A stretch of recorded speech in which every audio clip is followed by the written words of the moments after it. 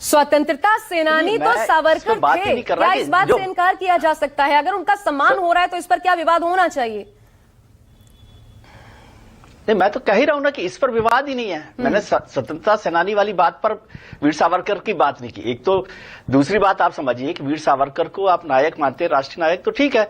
बाकी दिल्ली से तो उनका कोई कनेक्ट नहीं रहा कि दिल्ली में किसी कॉलेज का नाम वीर सावरकर पर रखा जाए। लेकिन एक राष्ट्रीय नायक यदि आप मानते तो उसमें भी कोई आपत्ति नहीं। मैं तो रोहन जी से ये पूछ रहा हूं, पता नहीं उन्होंने सावरकर को पढ़ा है कि नहीं पढ़ा, कि भारतीय जनता पार्टी यदि उनको हिंदुत्व का नेता मानती है तो क्या सावरकर के हिंदुत्व के साथ है भारतीय जनता पार्टी? क्योंकि संघ जो है वो सावरकर के हिंदुत्व से अलग राय रखता है। शायद रोहन साहब को पता है कि नहीं पता, वो अभी अभी आए हैं पार्टी में, उनको जानकारी है कि नहीं कि सावरकर का हिंदुत्व और संघ के हिंदुत्व में बिल्कुल फर्क है। विजय जी, मेरी आपसे विनती है, आप वरिष्ठ पत्रकार हैं तो मुझे आप करेंगे टिप्पणी तो मुझे करनी पड़ेगी। मैं देश का इतिहास जानता हूं, सावरकर स्वतंत्र सेनानी थे कि नहीं, उस पर आप जवाब दे दीजिए, फिर हम आगे की बात नहीं। वो तो एक्सेप्ट करें, वो कहाँ है? सावरकर के हिंदुत्व की बात कर, वो तो मैंने दे ही दिया, वो तो मैंने कहा ही है। ठीक है, आपको क्यों आपत्ति है?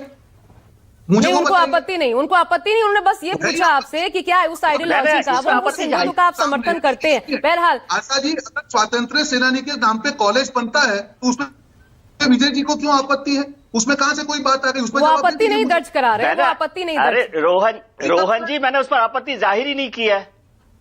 नहीं तो आप जो बता रहे हैं कि वीर सावरकर की जब बात कर रहे हैं, आपने कहा कि इतिहास में जाके देखिए, अगर किसी दरअसल रोहन क्या है, आपत्ति दर्ज कोई नहीं करवा रहा। आपत्ति इसलिए दर्ज हो रही है कि आप चुनाव के पहले एक हिंदुत्व का एंगल चुनाव में लेकर आ गए हैं, क्योंकि उस पिच पर आप अरविंद केजरीवाल के बराबर उनके बॉलों का सामना कर नहीं पा रहे थे। अब मैं भारद्वाज जी के पास जाना चाहती हूँ।